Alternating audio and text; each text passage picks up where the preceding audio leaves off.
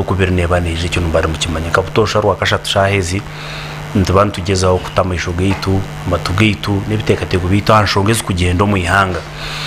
tuba twina abagenyi nkaburijo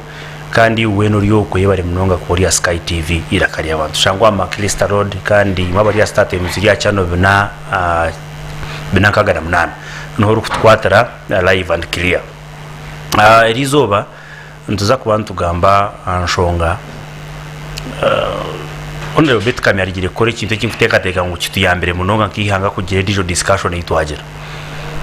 okutayayira ministries okutayayira bitongore bya government atabimanyisa tininjije muri cyo ngugundwe karishorisho nuwa kureberera government nuwa kugezaho ku okucondozo kwemeruma ya government erekorwa so onde robet kamera gire futayira kitongore kimwe ya kitayira shanga riyare ngo umuntu oburi ya office abaryo mwehereze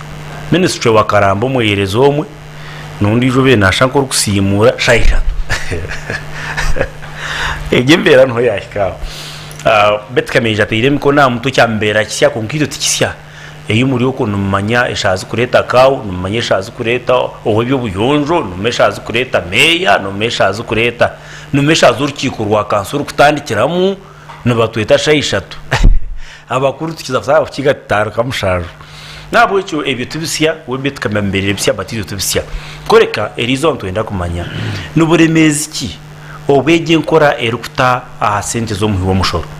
nuburemezi ki obwege nkora erukuta aha political authority burden ibakweta burden iturukuta aha political authority aba ryombi wembeze bomba facing abizubuki nabakozi ba government abakwija leta hameromo kandi bo bakozireho cyangwa kwa buru bumisho bwita gafuterebera omwanya ogo nabo cyo nyowe na bagenzi bita bariyaha ntuza kugezaho kutunga answers zebuzo ebinyi byose ni nko muri imwe nebitwiho mu space mu studio zerizoba ngabutosha gatungo mu gishegain utayisa RCC deputy RCC mu kibuga muri mba Rome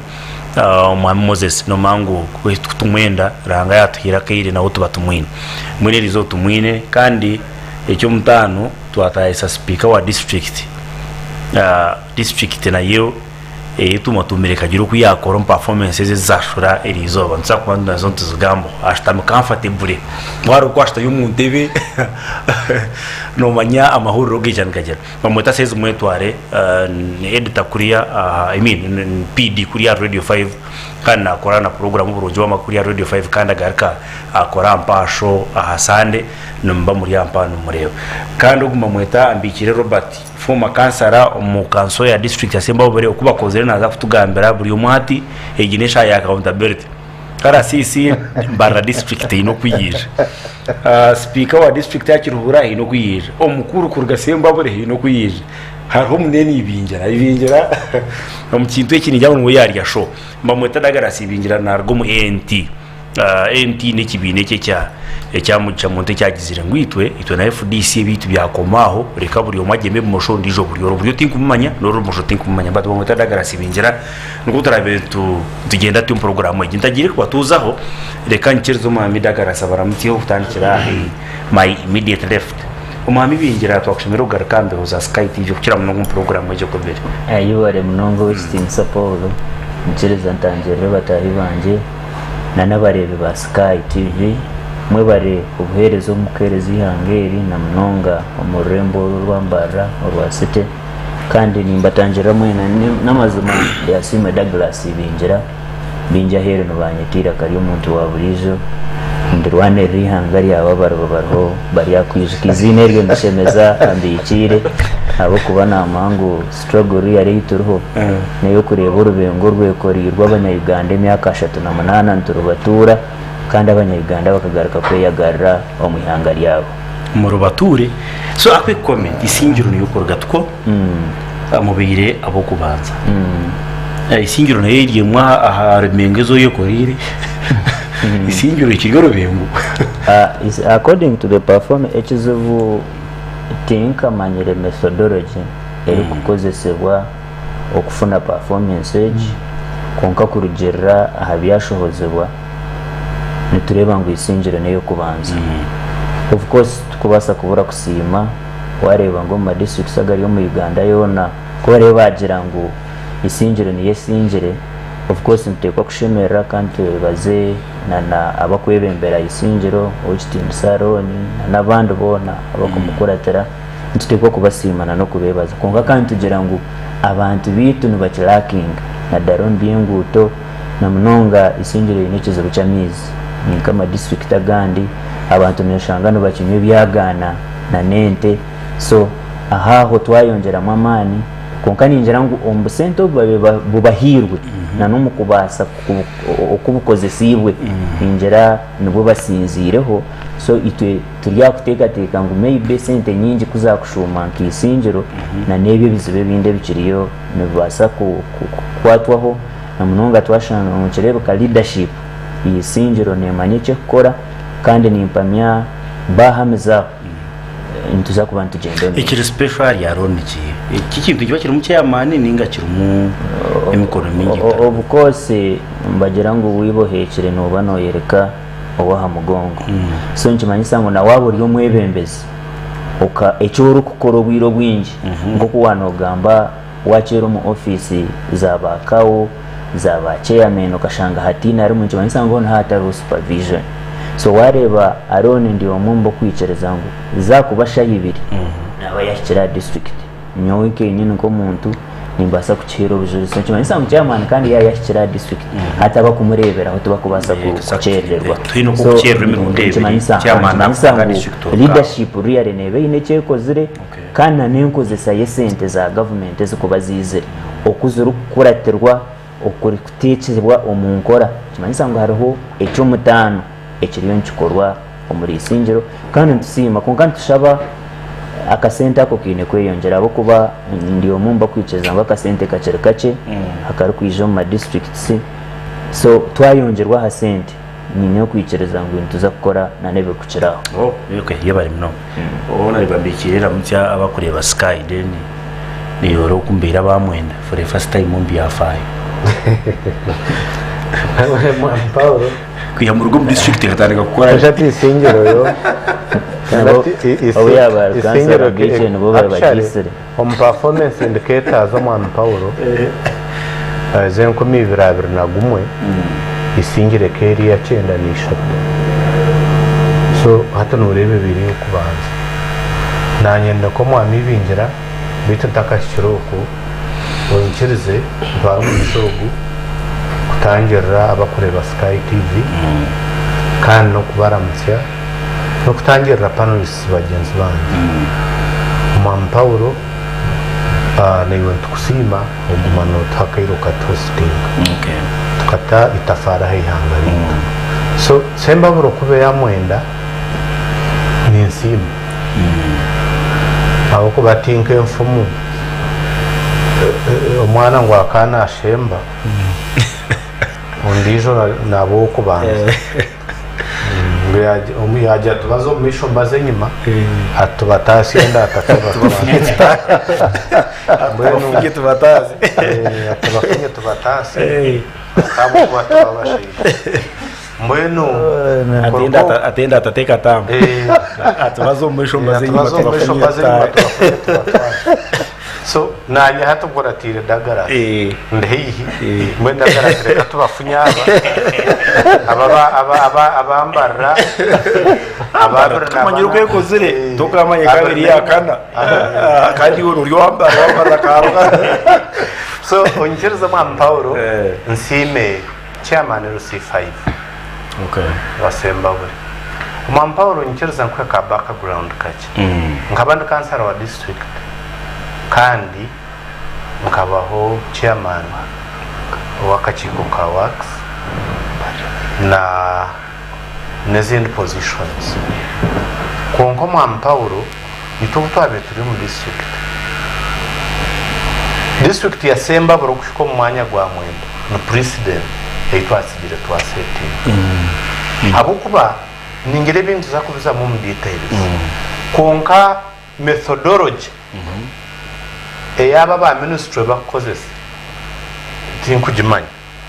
konka ningera ngo kacha kinkuteka teka na barebe nkozesa yesente za government obwiro bwinje Mama Paulo sente za government ko kurana bagira zagarakayo na munonga central government sente zagarakayo miliyoni 300 zagarakayo kongo buzigarakayo zikanze bazine byo gukora mbwene waba utakoze rero nozo mwanya gwa 24 kweyongero abikire gishonoza kugumisa munongo so muri abamwenda nawo ahansi yankaro ahansi ya chairman Karubo ni nyenda kumusiba of course Karubo takora wenga nintekateka ngo president yitwasigira twasetinga umukanso yitu ya 2016 naba ibirabira na gumwe ibirabira na mukaga ibariyo hatano bakushinga Karubo takora wenga nateko kuba harahamanga council abo kuba council ni supreme organ ya district kandi erukora budget ninge ko approving a budget ninge kagira byaho ekagarka implement so accountability zone no kwesete zikozesibwe no kuzishoire no kwemshara egenzire na buri kimwe cyona nkiteko kuba kigenzire umusoro ngo ndukwendera umwana Paul anshongeye no manya budgets za district senyingi nemshara percentage y'impango salary so no basa kushanga isingiro ekigicwire yo kubanza eshashwire gemshara yabona wayaki nacyo kibakiro rubona beri yakivume emutomo reveje konkeri ushanga bitari umushange mhande takaterire batine mezi ko kwibingira tugambira konka bari abakubanza beinejwa batahombuti bashashwire emshara bareberere gempunje bintu biki kuba budget yabo nabo empunji zona nzogesereza cyane so noreba ni waro rubarigire kombeka el prime minister agire yo ku commissioning baba hige sente nyingi muno so noreba ibi bintu waza kubereba no shanga niyo bagende so bazombi byabagara bashanga babahiri waro ruhango bazombi amashomero shanga empunji bazombekeye mu welfare yabashanga empunji ziri yes konka baza kuza hansi aguraho nkanya kitunda hinkumanya no shanga abantu oyibuzo iro kubanza kwaranaga konko rino giza ngo ibingira tabo kubanza kijo no ba right honorable speaker aba district yacu Roma msezi mwetu ari babira abakabiri konkara ramutya abareba sky den turebe turebe numuhera ino gwa kabiri gukubanza bakaguhimurake yari binonga Paul nyenda kutwara mu gishogu kwakira abakutureba Sky TV nyenda kusima panelists bagenzi banje binarebaha twashanga naha kandi no kubasima okugumizamu abo ko burizoba shone bane ne progressing nyenda kubasima panelists aba bako bariho kutosha ine kikuba nikiyongeraho ko kutera rutambi wazo mesho ine kikuba yongeraho mbwenu ni basima mwe bari kugumiza mu program ikaba ey'umutindo kushanga umuntu nagira ati nyino kuza kureba no kutahakari kuzaha kubiri n'ikintu cyango kiri mu sacrifice y'ibintu bingi ni basima munonga team twabakira kandi nzitekateka turagamba aha bikwata ihangari yitu twena tutwarize hamwe so mbira aba kabiri what are you doing niki cyo mutano ekimukozere ku leta Paul nyenda ngo ntakesimire no kusima bagenzi banje itwe tukashemerera tunga district tukashemerera abo kubugumanye gukubanza na guntu gwenda ngari mwasiba WhatsApp rero no postinga video post kushemera kakwarebirwa no but of course your district ne manyonka district y'ukubanza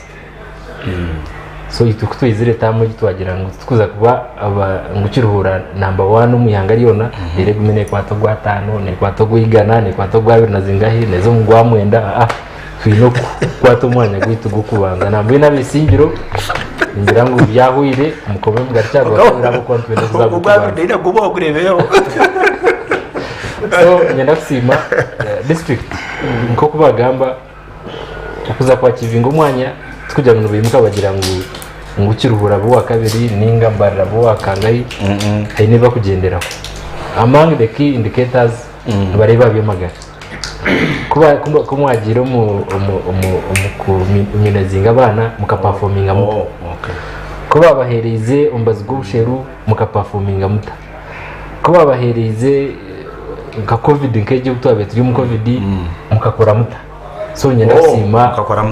mukakora muta izo nzo rankings ziba kugendera kutuzombi amezi bareba amezi ma safe water coverage mwashyizeho ningana ki muruncingire taps zingahi nke amezi mukora muta abo kuba department says korwaho munonga amezi amagara okukira munonga ebyo hamwe no kukozesa yesente financial yamugariye sente zikwingana ki hakabaho ki yes districts nzigarira yesente financial yankato kwa mushanju kwa mukago kuire ebiro 50 kutandika n'ibirabi na 85 sente zitandika kushuma Kampala omwe kibaho abwa district nka district omwe kibaho abwe nkora ya table ya central government late releases abo kube sente negumeze kwitse ikireba nk'ibiro 20 etutwaza batsindikira habura y'ibiro 5 so hat district etutwazigaraka ngu district x sente zigarikiriye kandi central government and solo powers kwata ariyo bakora system ebirabira nabina sentence yika zuzunga kiri automatic sentence zigarikayo district kwata umwanya gwa muheru konke eteganisiwe central government now ebyo ni bimwe bakurebaho among so amazing amagara amazing education mbene mukora muta abo kubekiragiro cya government kigira ngo buri murumuruka kushimika gwine primary school burugombora ishimika gwine secondary school so mwahikaye koze ibyo kaba mukatshaba amashomero gatse nuko twabahira mu budget n'abashomesa banga hayishomero buri shomero staffing levels zingana ki kuba bari 8 bashangaho bangahe ayishomero ya primary kuba bari 20 nabangahe aha secondary bashangaho bangahe ibintu babara ekindi nibareba abakozi ba government kukira munonga heads of departments districts nyingi zikagizire heads of departments zini acting abantu bona bakiri acting capacity acting kandi icyo kitwara max nyingi hati to kutuyizire tuwagira nkatikoresha no kikubasika abayine abakusinga yo muri icyo nsimbabere ako arawe banye na acting chairman so nyenda kusima abakiruhura ndasima chairman witumwa mukago okay really heine ekindi munonga performance takagira mbya mizi mana bihana sende kumukuzo mu room ko kutwija koromo umuteko kumanya kumurakora imirumo kumukwiza mu line yo kugira ngo muteko kutera buri kimwe cyono n'ibintu nibiteko kubahunga kumukwiza muri yabo kugira ngo muteko korora abantu abo kono batutuma namazima kawo basaka utakwenda kumureba konka no accounting officer tukamutwira shortcut ni wakuteko kwa accounting sente zone ziri mu district wano kifango bamutware bataka mutwire yaba kiriyaho mishugaho muteko ryo kubakoregana nabo waba umunyokombirizi konka nashoza sente ziyamba abantu babo kwebembera DH no byakubara mu byo kushikakaye konka yani wakiri kwebembera amagaro mu district yawe noteko kumutaha board mugire mwikirizanaho mugire mwabura kwikirizanaho konka community etungiriye kwenda so nyenda kusima team yona combination aba RDC mukureba RCC aba mukureba yije akiki mu district mukabana nabo service delivery nibura ntanga ku Rwanda noho kukira noho shemikwa nazo meshogondijo rero abantu basiba batene mizi abantu basiba batene nguto noho shemikwa ari yo meshogondijo so itwebyo tukabisibura twagira ngo ndaro hasi next day nitunza kugira ngo kaso mwe n'utwana ito tukwereze nguto kariro kugira ngo teho nguto yokora location zero rero wari no kugira oginga no kugikora gikora so itwebyo tukabitara baju twagira mukatukorera abantu niyo nicyo cyamani njyancu cyatureta mwanya gwa kabiri and nyenda ku nyemerero man mengi kugira ngo isingiro umwanya gwita mutugwenda narekeraho okay finally barara sisira mutya abakureba yebare mnonga Paul na ba panelist bagenzi banje abareba Sky TV na management ya Sky TV niyenda kubebaza in particular director umukuru wa Kashaba ntabaro nareba takukira ku rugabo kandi niyenda kubebaza Paul ahabuguma no to inviting kuguma ntajana haza umukwajana uku umuntu uriyo nare program yeje nagira ikiyayegamo ninyenda ku consolinga mbarra iki nareba muri city batkonkana ya ministry teberekiri nambara district ninga nimbara city batkwata twena bagira bata babita mbara batweta mbara so kandi hariho mbara district hariho nambara city bakwikoreza urubengo ruhambara ngo ruhandagara so number 2 nitekwa kwikiriza ngo mbara eberere municipality kandi setup ya municipality hati tukahe kutwatungire city status nkimanyisa ngo ibintu bingi nibitekwa kwihinduka muri city kandi mukima yangu eberu contributinga performance muri yezo sector zone na manpower mbona manpower eya municipality kutwabere city kutwagira 2 divisions cyamanyisa ngo manpower itwabere twin eyo bwire bwa municipality tekumara actually of recent no barigire gukora recruitment for example mu south the entire city hati no batanikire kufiringa gaps hato shanga ngo owakubere manpower yakubere ne yamba ku performinga better of course to have that transition kurgum municipality now going to a city no itenga a very strong manpower konkani itekateka ngo hato tutungire obutukoze recruitment obutungire now people to in the heads of department the other day kutwabere launching a 5-year plan but to introducing new teams ezizire from south and north so ni ntekateka ngo in the next ranking we shall perform better because of course as you know all cities the 10 cities that were created in that challenge I don't think these other cities how they have performed nantaka chekingire but that has been our challenge restructuring have new work having new people on board making sure that departments are active. There are new departments as start home municipality and they have to be created up kugira ngo it is now a city so nintekateka ngo mwanya gwabiri 20 being 24th the ministry esheme kubakiri neya district bayino kubitobona bayino kuba batatu taho so inokushanga either district so mbwenu ministry esheme kubane haro tikirikiriya muno tikirikiriya because batkwata bakatujoininga kandi tu ekizibu ekyaretsero buzubu boy to especially mu education sector abashomesa abengi bona kuriya Soroti district ni yatwere Soroti nyingi so as a city twagira challenge no buguzo mashomero ga government no mu tukora supervision na monitoring ushanga ngo mushomesa aine more private teachers okukira government hati ncyo cyo kushanga babere baremesa enkora ya UPE program ahabu kugira ngo mushomesa headmaster nanda kwiyamwa kasente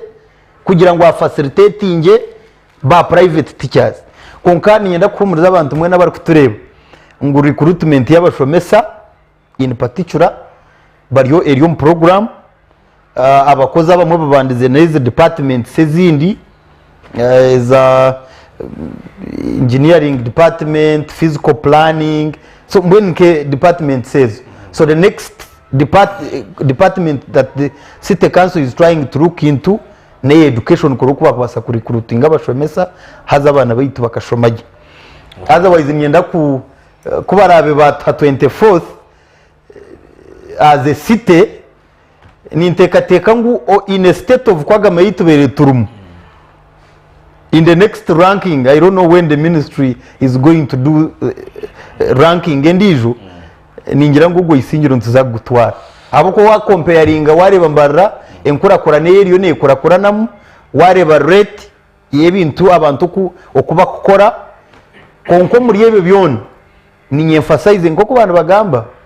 ngo council niyo supreme organ konka implementers ne ba technocrats. You make a policy, you legislate or take a decision, but the implementation egarkar technocrats. Now nikimanyisa nkwa kuba hariho enkoraganambi between the political leadership na technocrats. There is a problem. Now when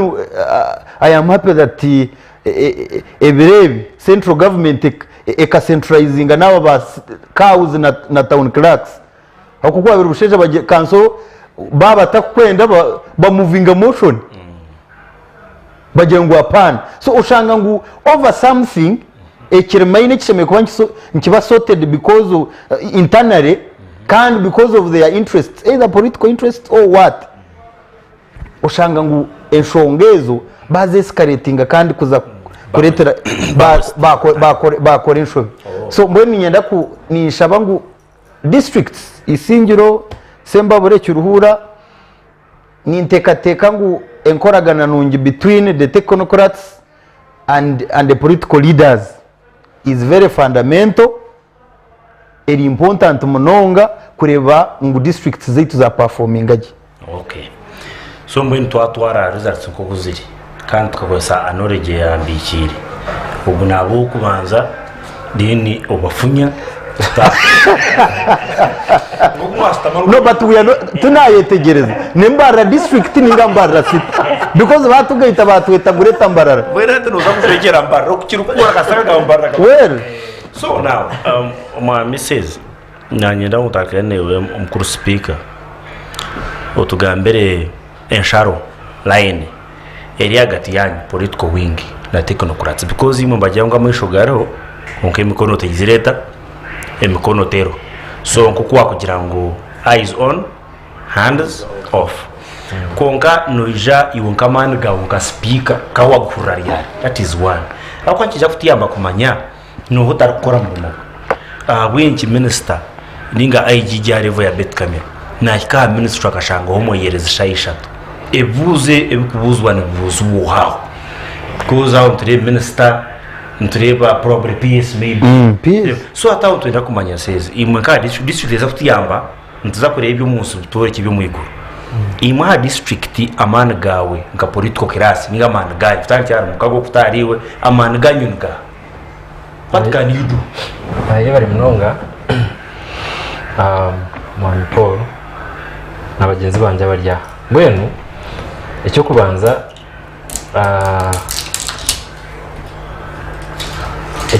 twina abakozi beme twina bagohireho political wing kama ntante na technical wing twine abakozi abitu nka district abakora mu service commission abantu batandikira hari pass principal assistant secretary ugaruka inyuma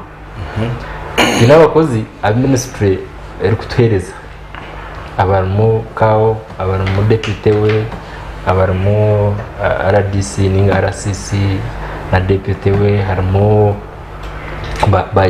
ba diso abona n'abakozi twinemba ba DPC twinemu n'abakozi ba government bari mu district nibakora bari part of service delivery.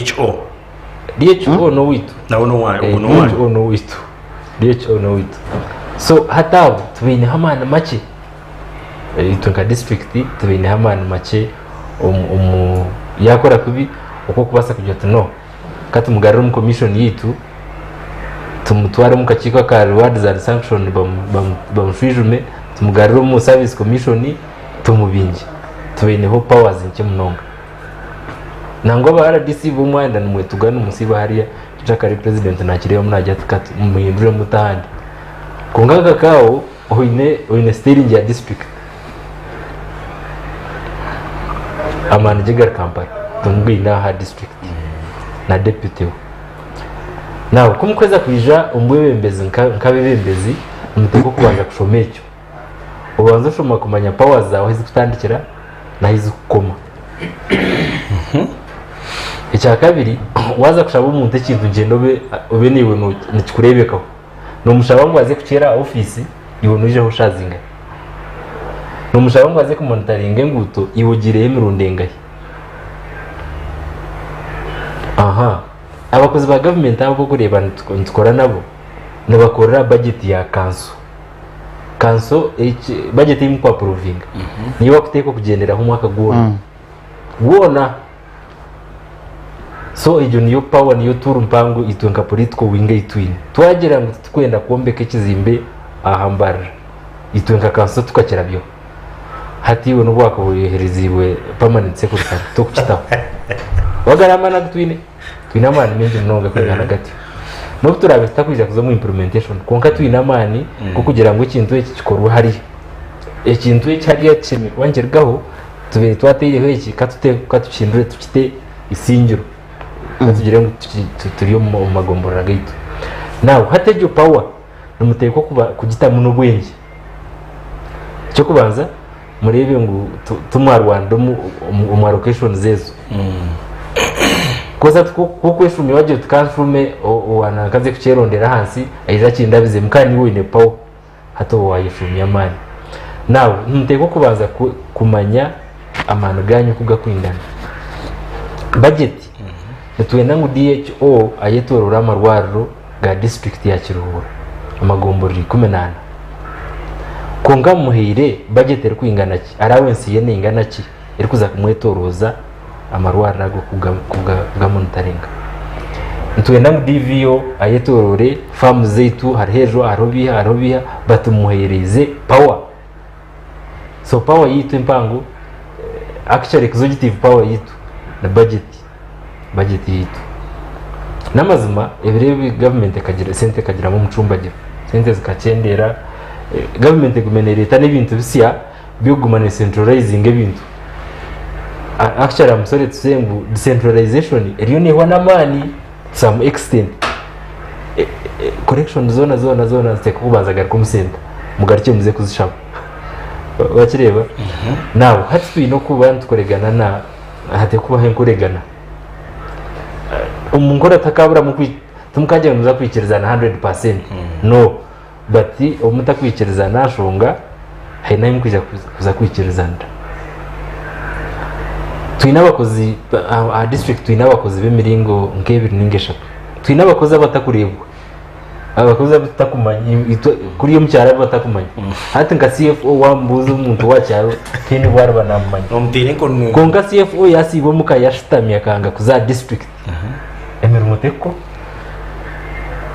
tumukumanya konka CFO nisakabuzoba mpango tumukumureba twine ba accountant sabo mukubana abako bari ya district so itomana gaitu no kuguma aha district ukareba ngo abantu barahono bakora kuko batakora abari power zetu abinagambira kutandikira hari pass kugarika hansi kugarika parish chief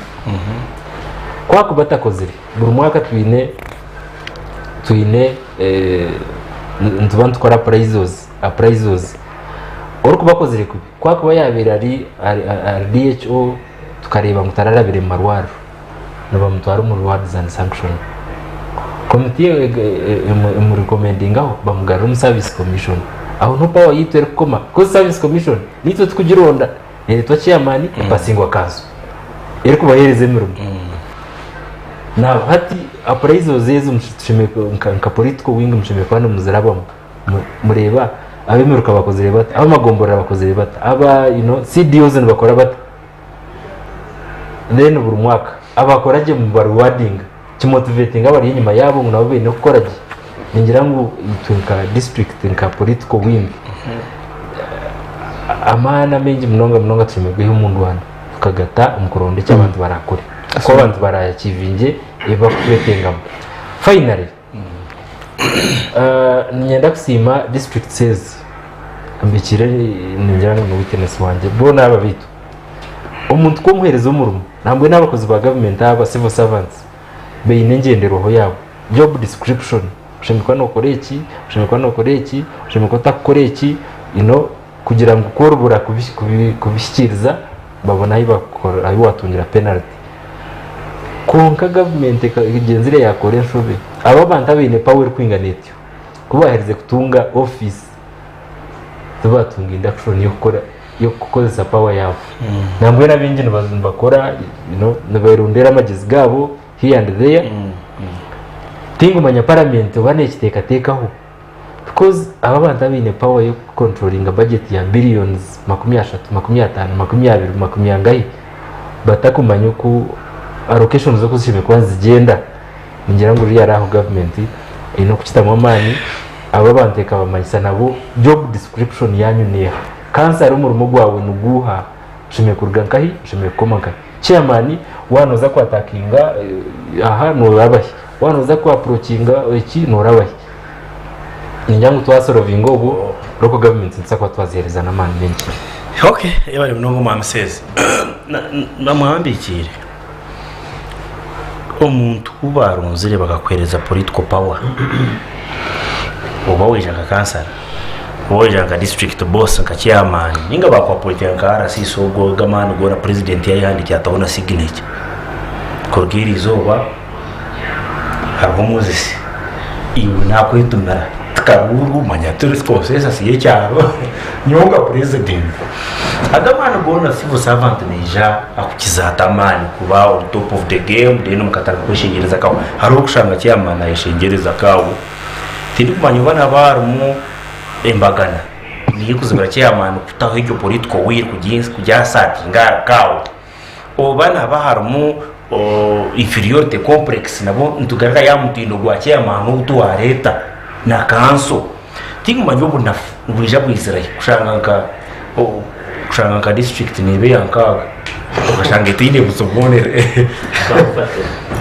rage kafati bomu cyakaga na munara yeba rwanda pawa unchirize nza kwa adoptinga submissions za says party unchirize ngambe ntakagire wa chairman n'abakozi ninga political wing versus technical wing haine bishemerere kubaho kandi bishemerere kubaho tuyine kumanya ngo tuyine nkitekere kutegeka erba kweta local government actually no constitution eshura igana kaga n'itanu ya constitution ne establishing it kweta public service. Now public service mbasa kucheka abakozi konka abantu bona bari mu public service n'abakutunga umushahara kurga consolidated fund ninga seka zo promotion. Now umuriyecho haba na commissions public identity commission n'ibindi haza ko kubiho ko mu central government washuma aha decentralization yabiyeho cyenda na mushanju kugira ngo kushoboroza uburyo kurya heguru bushume bushya abantu azo inkereza ndangikira hansi umwana Paul Mutungamero haine izitweta twine izitweta planning authorities twine national planning authority twine na district planning authority nambwe no muri ko government act no shoto na shura ya makumasha kunamuka ya local government act planning authority jo umurimo gwayo Paulo nyenda kugambira ngo ni mwaba kujakora program mwezi wabo ta planning to kubasa kora program no ngako bahishomera nicyo rebera amashomero ugakoreza bakweta schemes of work na lesson plans. You must have a basis onye kugira icyo watandika icyo wa creatingaho okuwatekateka ukakushyira acyo kwenda kushika oba mwana ukubanza obugwiga ngwene performance indication ninga performance score cards zibatwire nka district nzobire ngo mukupurani wapuraninga kubi manya no sharure ibyo bibere n'ubuwa bernabana ninga no wamwe so niyo shongeje icya kabiri umutebe kansa kumweja political wing versus technical wing ongereza ntani cyena political wing te kumanya mu Rwanda nango umwana sezi yatuyirayo na naba abatumiro president nka diso nka DPC nyenda kuganira umwana Paul n'abakorera Sky TV roro yabara DC kucherayo ngaho no kumuharinga esente zo kumusho aine powers zo kweta engineer akamukomperinga kuri cyakwe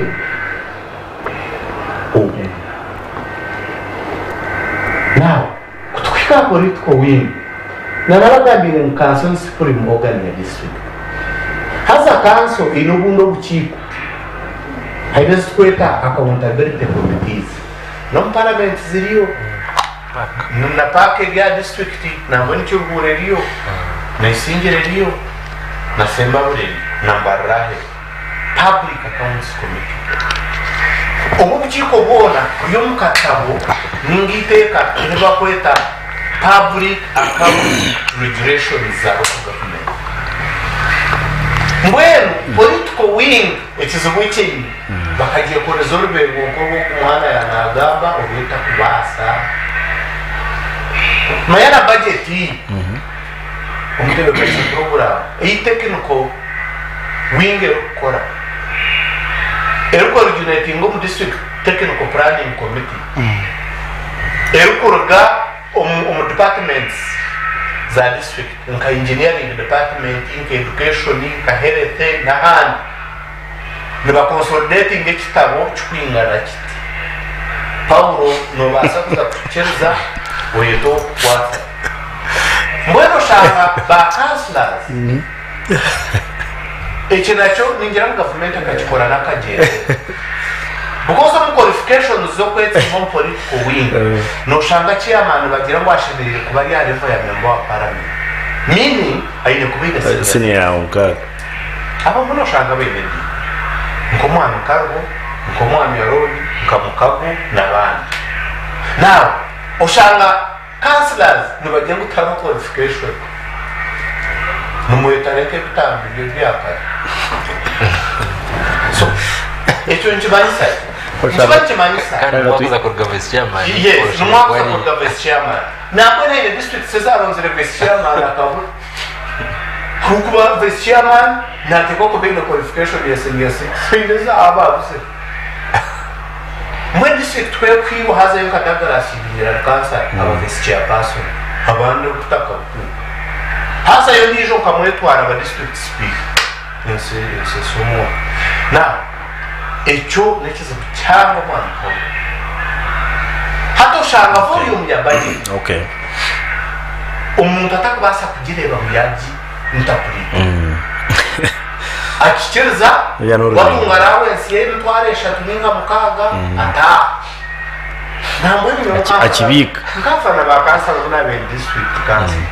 mbakuza tulichi katwakora faira akabaziturehera nimwe yabo kubabere pesa ezabu bitsugaho kugenda n'itwara bashiza bari bateke de people woni bamare bakikari babiha nuja kufuza accountability no sinzira ka eba kwire okatsuga so okay kwire roman how technical wing yo managers because kinani ngamba aba nabantu abakudi bakwemployinga kutakira kare the list aharivo ya diploma kuta masters kuta PhD ngabadilingana now PhDs versus versus community engagement mwena bakabiri national ID versus Uganda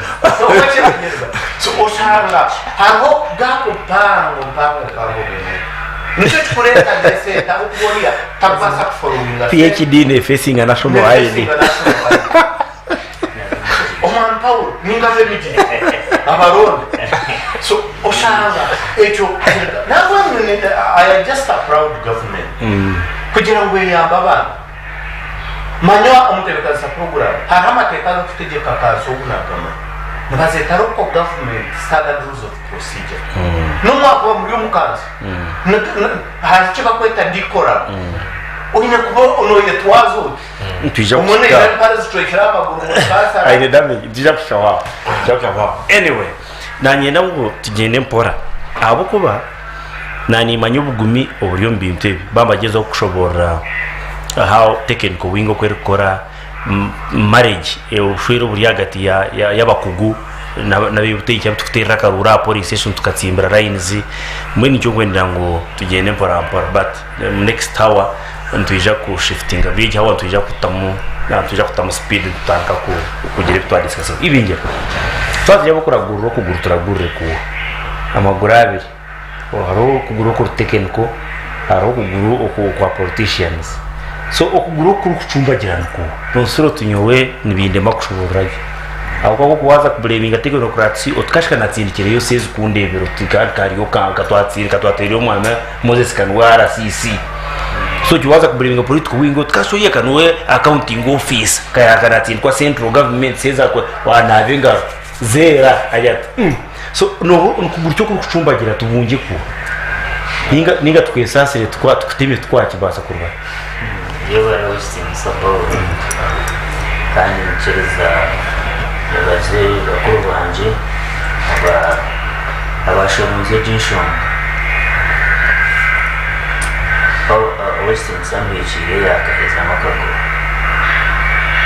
abo kuba amazima gari ngo turi kubasa kugamba ha qualifications okanje ha qualifications za aba political wing zo turi kuzifaho no faza wa technical tena kujamanisha kuba performance so ninaenda kuweza za Western Assembly chile ejenshi wangu wacho nje konganya we ninaenda tureba mu kishane cyane emyaka ejiyona ngira nanagikire nakimanya nicyo kimwaje kiyamba hari kuchukura kigenderire hari kukimanya ngo abari kuzumbwa cancer tubine qualifications hari kujunanizwa okuhindura ekintu ekyo ntibaza kugira ngo emyaka yabandize n'ibabanyarwanda bakaba batashomera konka ndikire nakimanya abari kushita mu parliament bakashara za districts binamani abakubasa kuhindura qualifications z'abantu abashinzwe kwesimba haba cancer so in other words hariho umuntu ari kwita ekintu ekyo nkana kandi akigenderire because n'amazima turi kubasa kuba uri wa P7 oba bagamba ndikire ukaza kusupervising umuntu wa masters degree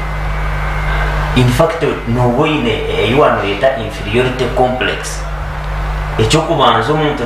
na nebi yakwereza mbikire bo hano gambe bari kusigaho tubari kubyetegereza tuba kubushoma Mungu babyetegereza so ebyo tayetegereza bwana Paul kino kora aragire bikateko mu nkora that is the first point kabiri omwana Paul omwihangere tukabwira twine abebembezi maybe abindi kutegateka tubara kunzira ihangere bwana Paul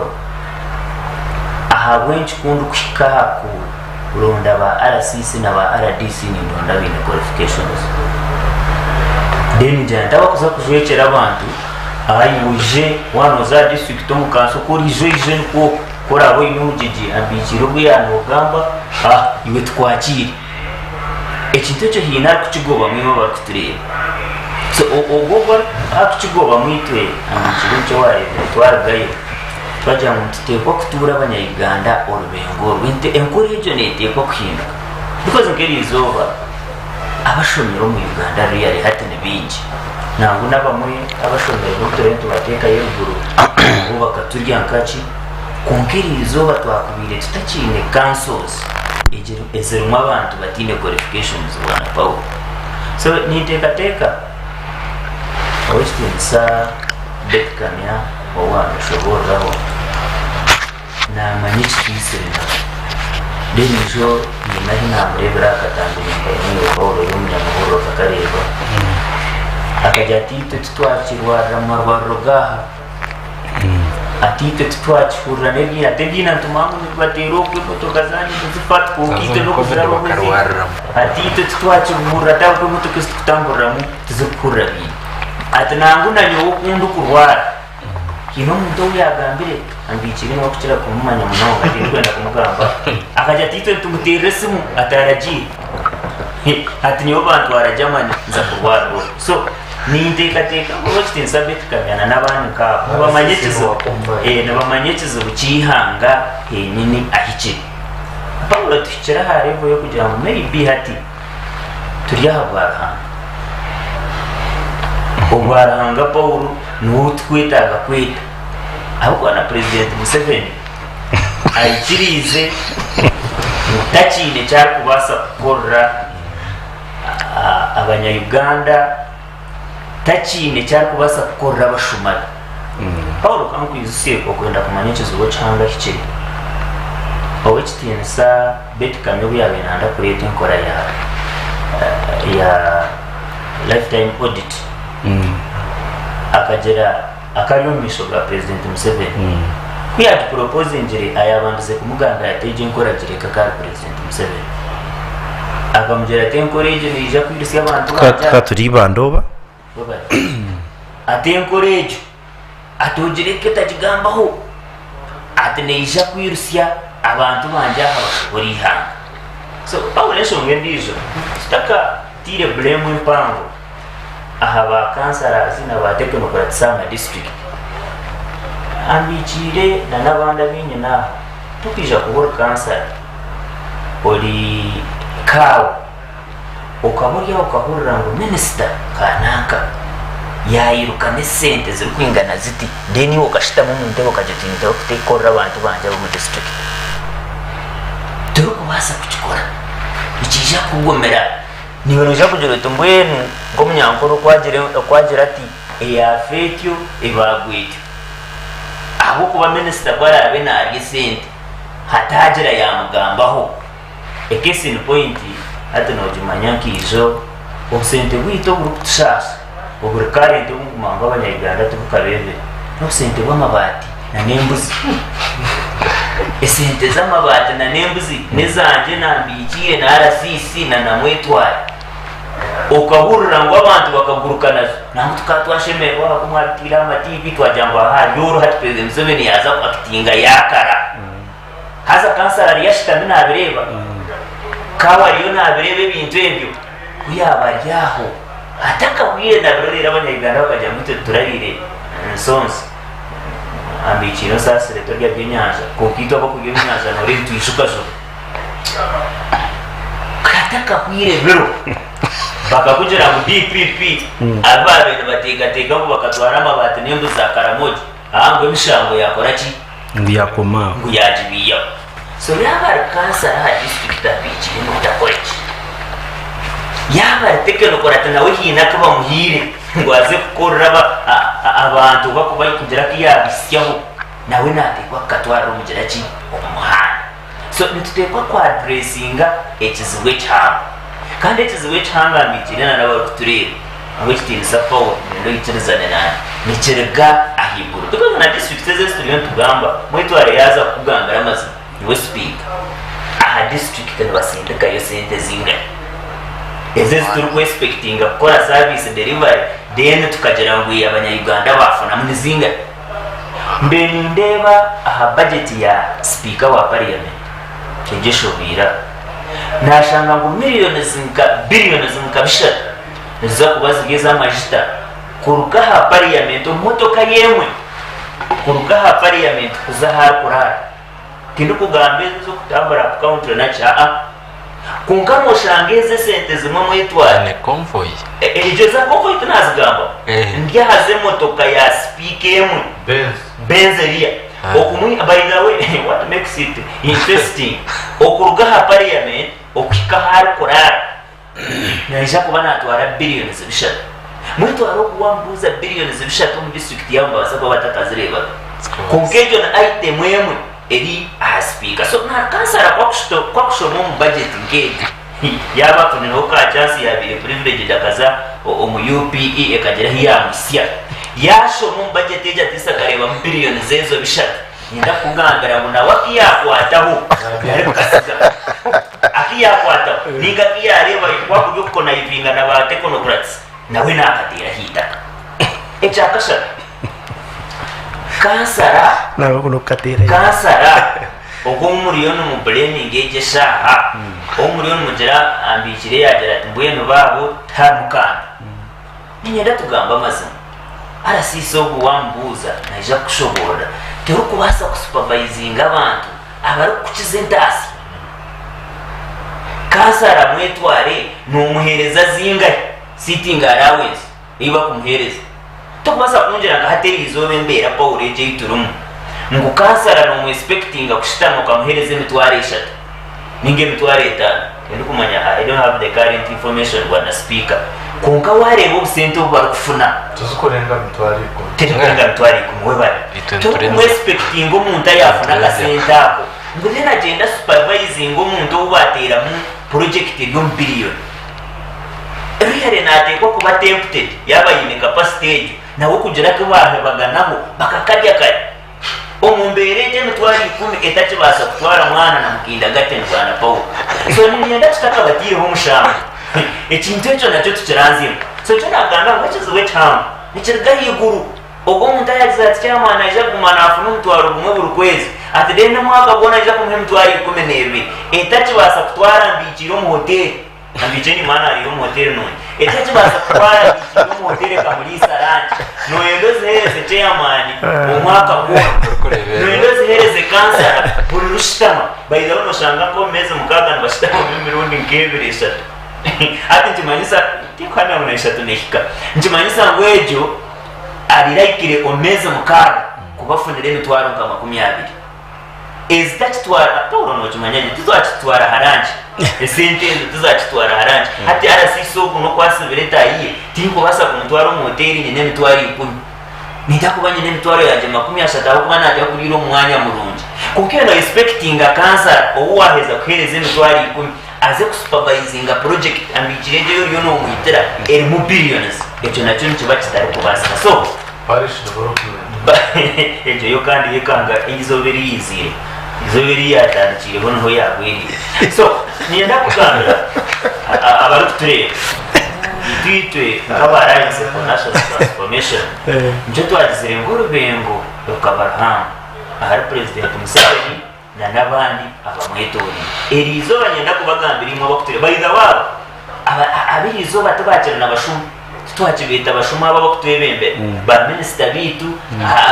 ba technocrats tubakira abashuma omuruzungu ambikiro kwari kunkiza nibabita thugs in fact they still with impunity kugira ngo ni nkwiba ndukumanya mutoyine necyo rankori abo kuba ko yakubena amanyango ine chimukuza kumukora omwaka habe najata atreka njende mpora kunkabiri izoba nibatwiba bari kumanya ngo mukasheshe nishango DPP naza korachi naza kujibiya so twakibyo mu ihanga bana Paul abari kuruba kibe nyibangeji ha district totakatika yo any difference nikija kuba kifira cyo bana Paul aritwe ninjira kugamba nani ndendera ninjira kuhereza abarebe kirya haritwe kigo mikono yitu nabakira kugira ngo abebembezi na daraba ba political nabashana n'abatezi baba bakaru yuko reno re district yawe ne yo kubanza district ne 10 ne ya 20 ne ya 10 abebembeza bumwatire yo niko bari kushaba in fact they are just a mirror of the society so imwe abatezi bakaru abebembeza b'umwatire kuba ari babere babateza rayino bakabaha 10,000 ati kandi mwe tombakura tukwenda muzemu aha yambakura rimwe tukwenda mugambe mwe twenda mwitirize ecyane mukacibagana kare Paulo reka turakore twumve bukake tatsyamukiriza kutyamukana RCC neja kutu information ne nakora na submission ye abo ko bade ninkwenda kwereza RCC onko umuntu hari yabuseri ubihiro mukeyosi y'ubururu bakamuyo umunjegereza za permanent secretary mana kawo bakamureta haye bakamuha office independent consumer wa intelligence ari namanga kugana gatyo neja kutugambira kuko bari hari ubuseri ibintu bamba bereba amana gawo mbeje bagakoesarial then wabo kubanza no wabo igana ekyo issue kuko abo kubanza we arije ninga just nezi positions zitwakira kamparo boardrooms ukiza kushumuka shangaru ya room naku ari ya ground so fitrati ya mki RCC neja kuzamucungiro natugambire bya robseri then ni mukatubarike mu nywa twisikake ntuje kutyamuka je sotakarga Sky TV.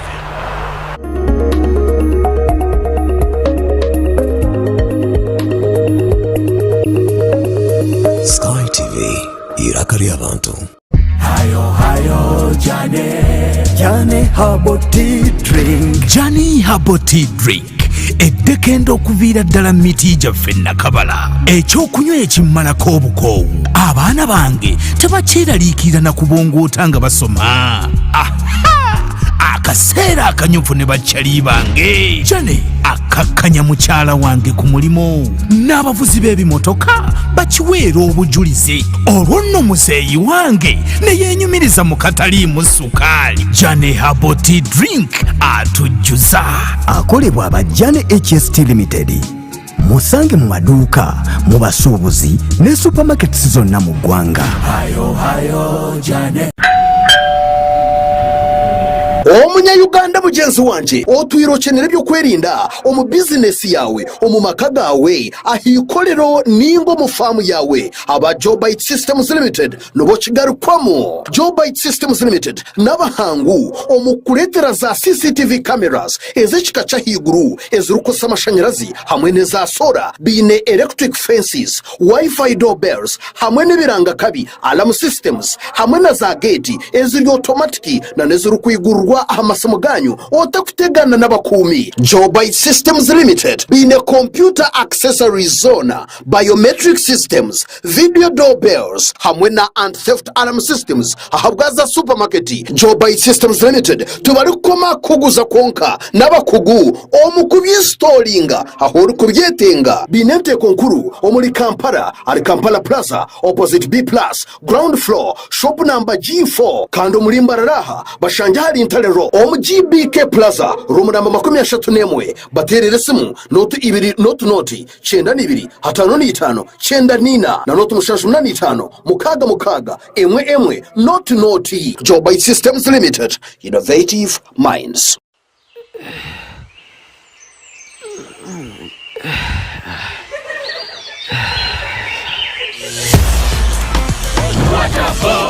Rock Boom, now in a new bottle with the same taste and same positive energy. Available in a 320 ml PET bottle. Rock Boom, feel the positive energy. Konga shunse kanibo chira kweshongora toterra yo kamu. Ichenda ngonywe kabiriti. Ichenda ngonywe kabiriti. Wamala kunywa kabiriti nuhurira waba kurungi amagara gona waba kabiriti. Ichenda ngonywe kabiriti.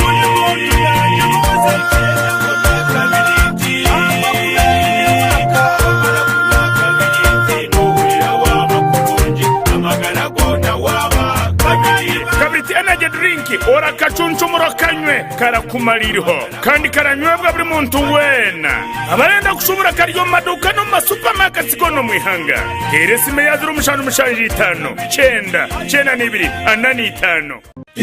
Ibanda University academic registrar ibanda university na yetabeji hamwe n'imwe mwena abarukwenda kongera abishanizo by'ubwegese ngobwa hati initeke yokoso kwa katano hamwe no kwa munana babetegurire abo mwaka gw'byeshoma 2023 2024 ibanda university eyahire yo kugura beji harurengo rwa postgraduate programs nga masters of public administration, masters in education planning and administration, masters of public administration and management, masters in education leadership and management, postgraduate diploma in education, postgraduate diploma in public administration and management, postgraduate diploma in business administration, postgraduate diploma in education leadership and management. Hamwe na gano mashomo nyamwingi omu undergraduate programs nkomu faculty of business and management studies, faculty of applied sciences, faculty of education, faculty of humanities and social sciences, hamwe na short courses nyamwingi. Tunga application form kuruga chibanja chabo echa internet www.ibandauniversity.ac.ug ninga gamba n'Ibanda University alinotu mushaje ina ibiru not emwe not ina ishatu na notu mushaje itanu mukaga ina mwenda ina na noti mushaje not ina ishatu notu mukaga mushaje emwe noti. Ibanda University, hard work for excellence. Omurebe wa Sky TV omurungi tukuretira omuzano gwawe gw'omurembe ogwa 2020 oguruma abazani bawe b'omutano barukushemeza bakakusesya kandi okagira n'ikiwayegamu. Iwe reba 2020 buri bwo kubanza orwa kabiri hamwe n'orwa kana shayishatu kwika shayishatu n'icweka ezo mwabazi hano henyine aha Sky TV irakari abantu.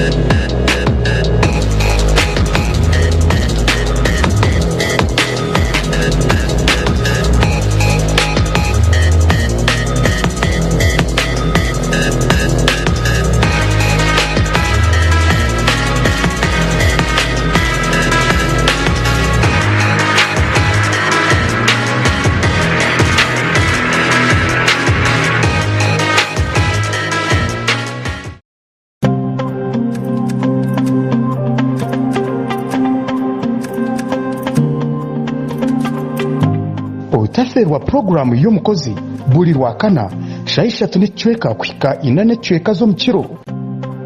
Nanye omuhereza wawe agaba $10 abakozi abarukora emirimo yabo emirimo y'emukono njija kuba ntubakuretera aha Sky TV obase kubegeraho iwe omunyeto ryokwe toyine murumo ninga shitoru kukora no basa kwegera abakozi aba obase kugira ekiwayitandikiraho na nitwe aha Sky TV irakari abantu.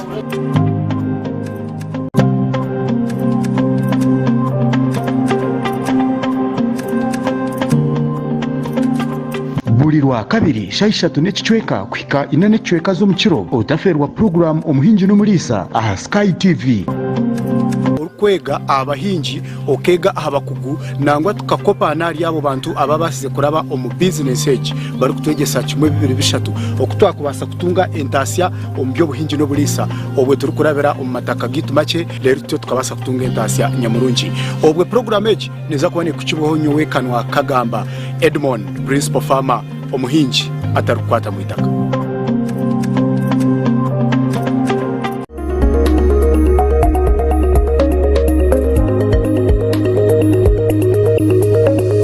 Sky TV irakari abantu. Irakari abantu Sky TV mwe bari mnonga mukurikiyeyo umutumwa w'abashobozi kandi of course turiyo ntuyira nkuko bagira ngo antandikiro y'impendera ya program konka sikini submission itegereze kuteka ngo isheme kutukamurure kicu ekije ekibingira ya leta nanashaka kubaza kushobora cyo umuhandi bingira ganyereka mu amatsiko gotogaro kende kumanyo barasisa amatsiko againe ninga maybe ibingire shongaze nzija ku standing atoro bararasisi imwe mbabatwarana cyankwanze babegesa vetting yanyu serious tubakumaraga gareta muntu bakamutwara DC ninga RCC nubabagese ibintu bingi munonga ideology ya NRM umuntu mugi no mugitaha mugishika munonga cyakabiro babahereza hamana girireyo abo kuba office y'imwine security y'imwine ubushobozi bumwine baraha yawe kushika baraha yawe yo kwandika utine basa kuretera umuntu ikizo abo kuba no shutu na konshimo wa intelligence no bugwe na kumbandika wa intelligence report mbajya ngo aradise so agamana gorana mwijamwe gakosa mutakutuyamba abo kwa district yigana ne RDC na district yokubanza ina RDC so ninyibuza RDC somewhere ahi government program zona zikufairing ubwo nabatuyambere cyane tu iwe mwisho gukurebisa n'amato gwahurize ibi no where do you stand yebare munonga Paul naba panelist bagenzi banje n'abantu mwe n'abariyo n'abatreva icyo kubanza ni nyenda kwebaza aba panelist bagenzi banje ahabuku analyzing issues in a very critical manner shana niyenda kutana hono na panelist mumwe omuritwe umunyisingiro nore government ya NRM yizerera kumerwenda kinana na mukaga ebembero president Yoweri Museveni ombintu ebyabandize kukora no kureta democracy ejo kuyarigire kureta democracy yagaraka ya leta decentralization cyamanyisa ngo buhereza bwaraga heiguru bwirahehe n'abantu mbwenu abantu bagumira ba panelist bagenzi banje bagumira bagamba ikintu cy'ikwaterine na ba kansarazi batashomere mbwenu ikigwenda kubabuza n'abantu mwe n'abari kutureba nintekateka ngo ba kansarazi abatuba kuba pointinga nk'ukuntu okuba kunya pointinga abantu abantu baterwa karu they are voted for by the population so ekyakabiri tinkuteka nkuwa kuboine diguri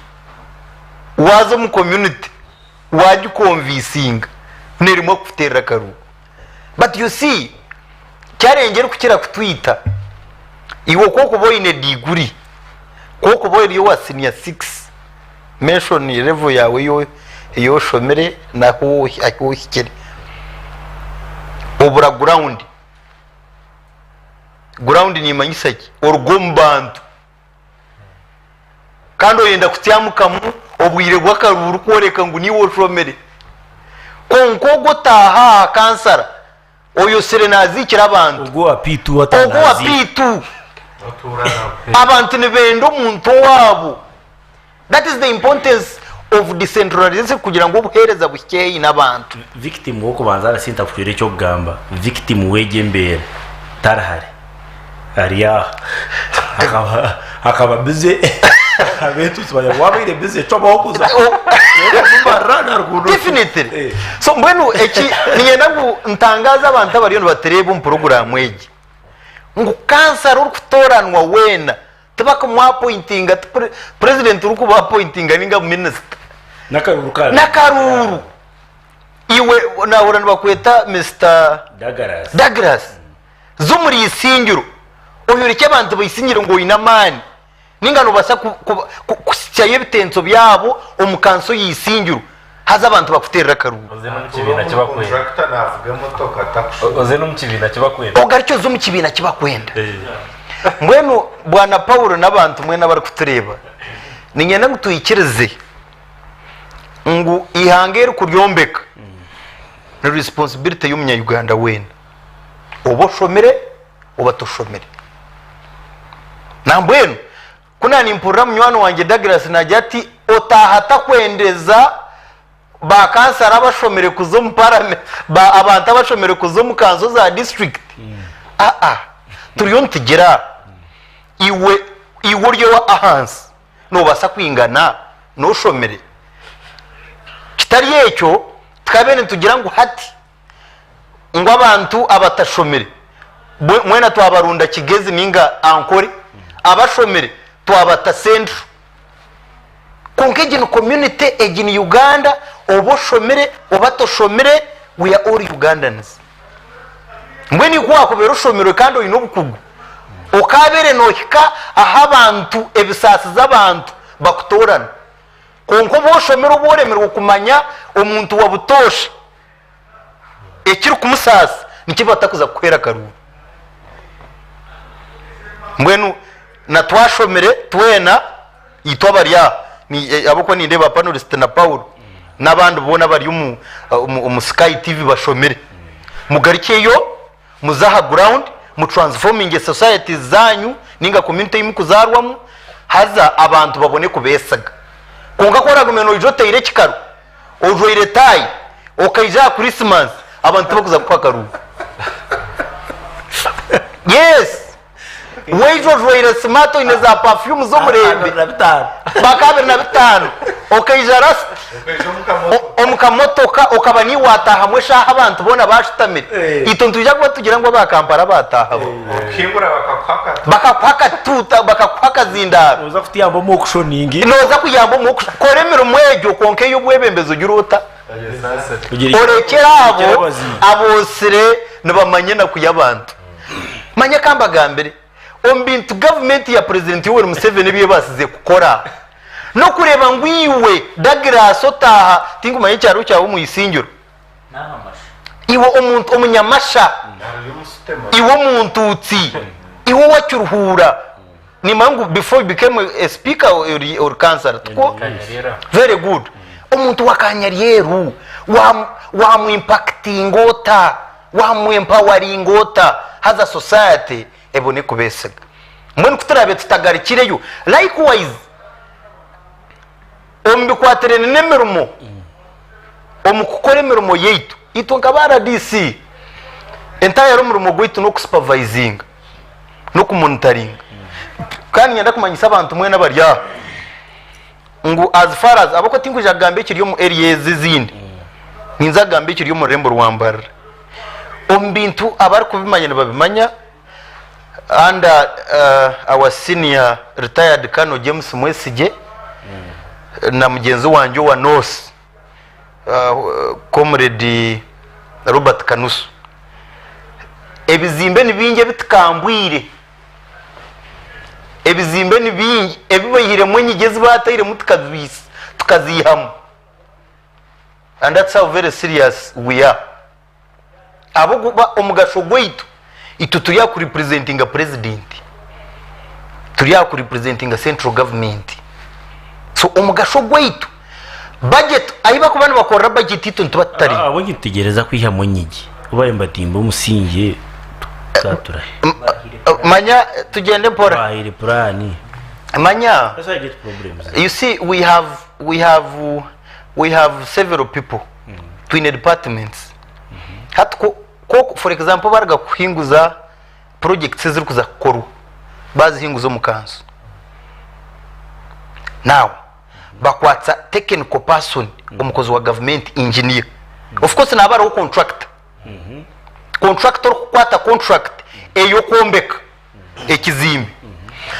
above engineer above contractor na habara ho engineer bakweta project manager or ku managing a project on behalf of government. Engineer nabana akora on behalf of what? Of government.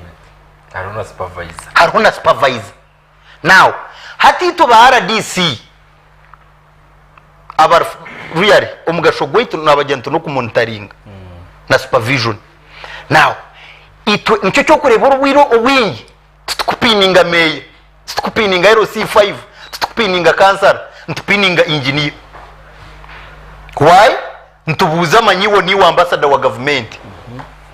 Ekikugire abo kuba project what? Ikine kizimbe cya seze cyakwenda kumbeka.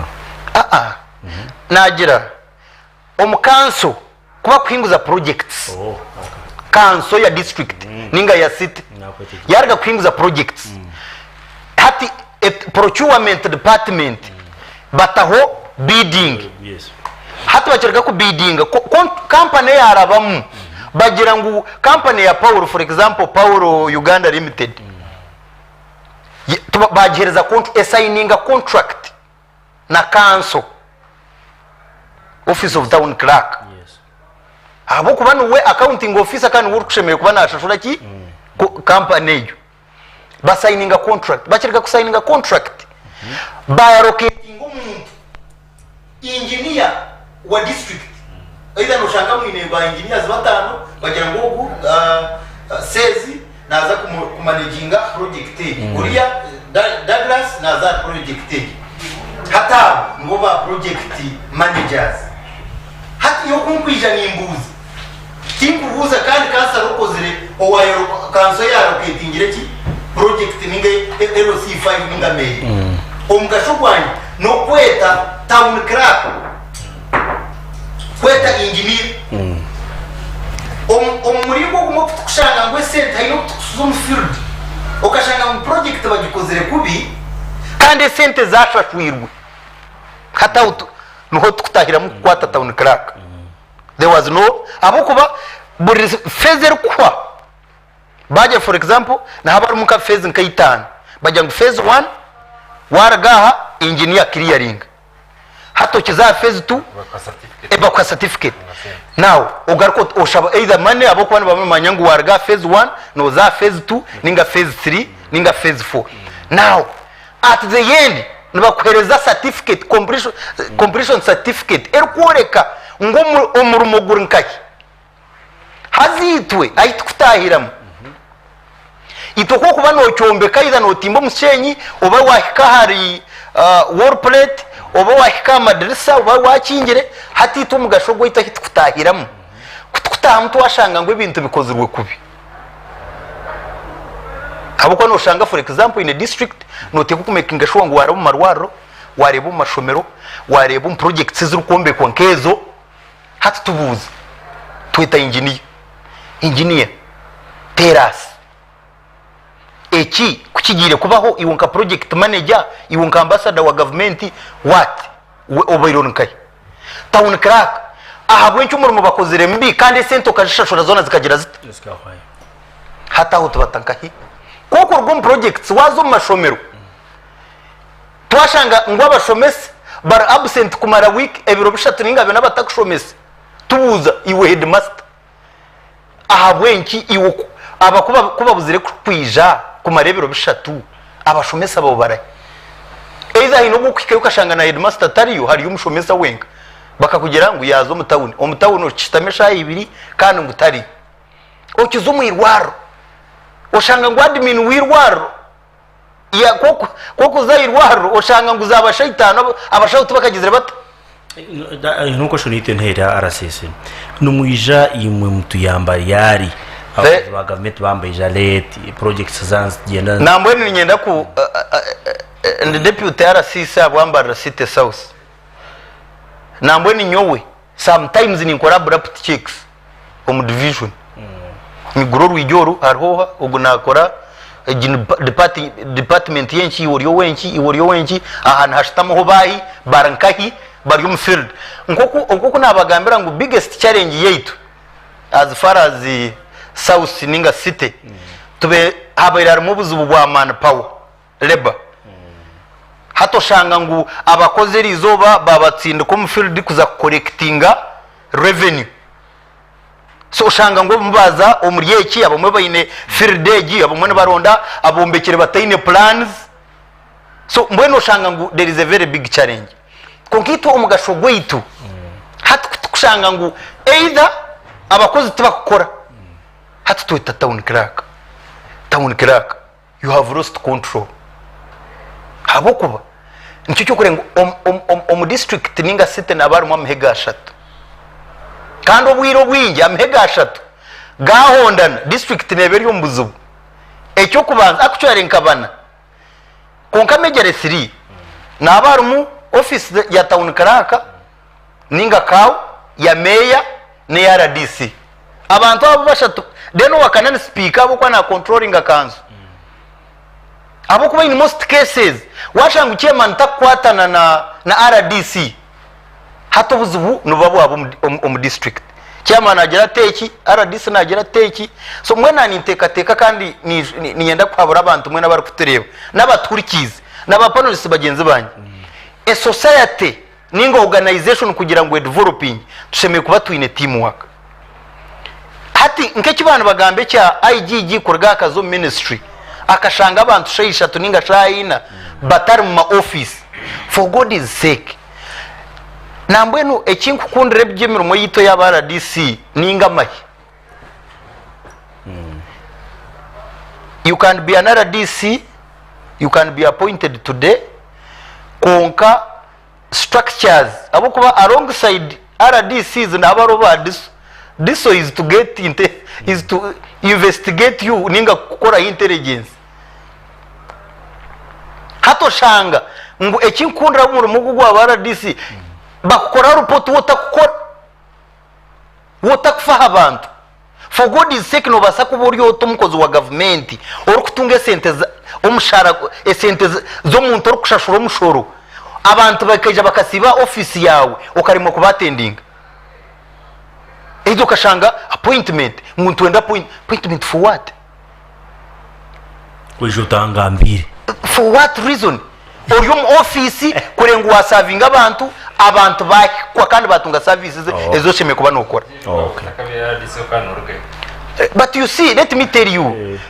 tell you life yanjye yona nyombere ndiyo mbwebembezi have been in leadership and mbwebembezi no yege bintu bingi byo kusacrificing you must sacrifice no bokuro inamana make konka kugira ngo yamboriye nambwe at least and it must be on record nyono bunkuba ni showroom office either nyono rikikwa hero nashanga abantu bantegereza at least nimbuza iwe no yenda ki iwe cyamkanye ncakare iwe ija shamunana because nimba nahereza answer umutima gwo gwagenda guru convince nimba sakuba ntamuhera aho naho ahabo kugira ngo engagement nangine airplan konka nakujya ntugaraka nyencakare ninga ija shamunana iwe no yenda ki nimba sakukwatsa nanka akuyambi okay so mbweni intero muranga kugira ngo offices zeze ziturumu ozurumwe rizoba konkanye chaka no wasa kubutagirumu but learn how to keep a legacy, leave a legacy behind. Bamanyengo bwabero speaker says or speaker wa Cyuruhura district or kansara sembaburi umbwire bwawe abanyacyuruhura batungire muki. That is very important. Obwabero RDC RCC mbara okebembero okwiba mataka gabantu anyakamba gambere omuntu nyenchakare bagira history yiba kugamba mbwe tugende turwanire hatu imagine kuzo ministry kashanga ngo the entire ministry very unfortunate hati cyo tukubureminga government because kubara bakwereza umurumo wagukwata kubi wabara kwijo mbwire now under ministry technical person ninga head waba technical tinabara PS nuru kubari ari accountable abo nke abakozi batakwisha so no scaling down no divisions ningo mu cities ninga districts kawo oshime kuba no manyabo enki abakozi babone bakererwa so outkushanga ngo either na absenting himself ninga na yosha ataine nshonga definitely na ashime kurgayo explaining so mbwenu ni intero muranga ngo as we move forward President Yoweri Museveni akozire cyabasize nka president kandi ka government creating hatkora majority of our people in this country neminyeto hatkora burigira university wagira umugisha watunga murumo gukoze seje okay konkore cyo kuba mutsigazo bahera umurumo kandi ukaba ni wagumana reporting ashamukaga aha murumo yabari munonga bwana RCC and program wegi live radio 5 akina na mwenda no kucheka mshanjo nabo cyebyo ntugamba na audience eri ya radio ibyo nebe just kamaka ka answers Douglas yagabwagiza ati PDM izo birubagireta nubo bwefera mbwenu kora abotar ori umunyakaturiki ningo ryo mukuristayo ningo ryo musiramu ugarikeyo irizo banyenchakare nizo bari rwakana kwakuri yo kusiba ningo yeteyise omunkereza yawe ninyenda kwameza abantu mwe n'abari kutureba kandi abaturikiza bari ya radio 5 buri district government target ya government no kurenga buri moroka gwahwebwa miliyoni igana nkambarira city just kake abuko because ni ntego kwene gikoreka last message okay seze nanyenda kubuza Uganda ukaize Uganda kushaki nawo yari mnonga abo kuba ntwata ibintu bya tugira ngo tukunda president Museveni bashanga ntushongora Museveni ho tumukunda batukunda president Museveni kitani kira acyo yo no koraho shitani tukuza mu state house tukureija tukajwara yero no aho shitami uno kunda president Museveni aho shitami ho kumukundira abantu watorekera man so Uganda iwe kutakiraho yemereye kayenzera Uganda kushaki nawo yari mnonga mwenu Uganda bakwiye kushanya rwo muri byone twagamba kose tunga gino tekigiyo mchanija kwetorire byone ebitantugamba ariyo yo kubona tekateka ukagira ati bana bagamba bakansarazi abatashomere manya monitoringa abashomere bareba kasha abashomere ministry level nabariyo minister nateko arjiro parliament niye kuza kumurabya haka centuzo parliament n'umuntu ushomere n'umuntu wikirezwa ati hayari nangwa tukushoma ko kase baveting ibintu bingi na noko kutwazana byora profile ni meme yokoze we natambuka n'abashomere hato yimuza at that level abantu kabashomere abenshi services zitakorwa hatindetamo kugira ngo mu Uganda ningo munsi yona twine abantu babiri twine abantu bateye nihanga mutima yes actually ikintu kiri kukira umuntu kugira ati nyowe cyantu wari mu office ya bakashaba naza kurya abantu bona babiri bari kandi ngo nangwa ndetse kugira ngo ubone harimo abantu abiri no mutima kurya konka twine abantu bakora twine abantu bari mu office z'abakora abateye byo kozesa abakubintu bera no kora atuwabuza RCC oti abonje notageza zakura mu rugi RCC aha budget ya kanso tuyina kugira ngo ayina mashitaga kwingana gati kongatwe na mwe toro district yona kongat government ne gampereze government ne gamakonkash wasaka n'umuteko nateko kubeide nawo kwa kugenda speed kandi kwa RCC ariyaza yanakora bihamwe abanyakayejo no emutuma gwihanga abantu tubine mutuma gwihanga cyane cyane cy'ukurunga twine abantu abakora ibintu binkwatiriki kasitanyunga tungo murumo appointment ntegereze pension hamwe rw'imyaka nkaga basibure abantu pension mwene ngira ngo ebibyona yiki kwetengeza abantu ba Uganda buri muntu ushoboza wayina kose kukushemerera ayine ikintu cy'ukunsasa munonga nintekateka ngo going forward na parliament no kitekateka aba bakozi aba technical no guidingwa bine guiding principles zabo kwakeza kumuhereza umurimo yatunga appointment bamuhera hona job description when public service standing orders code of conduct oyino korebe now nabo bakubarebera itwe bakubarebera shemereye kugira standing orders twamanye code of conduct tumanye ko abantu baza gukora kubemeramo ntutahira munkari kongore cyo byo twabahereze imirimo basi biko muza gufirira umutanche kora how ivamene ndewa wa district yemwe bashangira abakozi babakingirana bakansara zibona babaraza mu cyoro turabagambire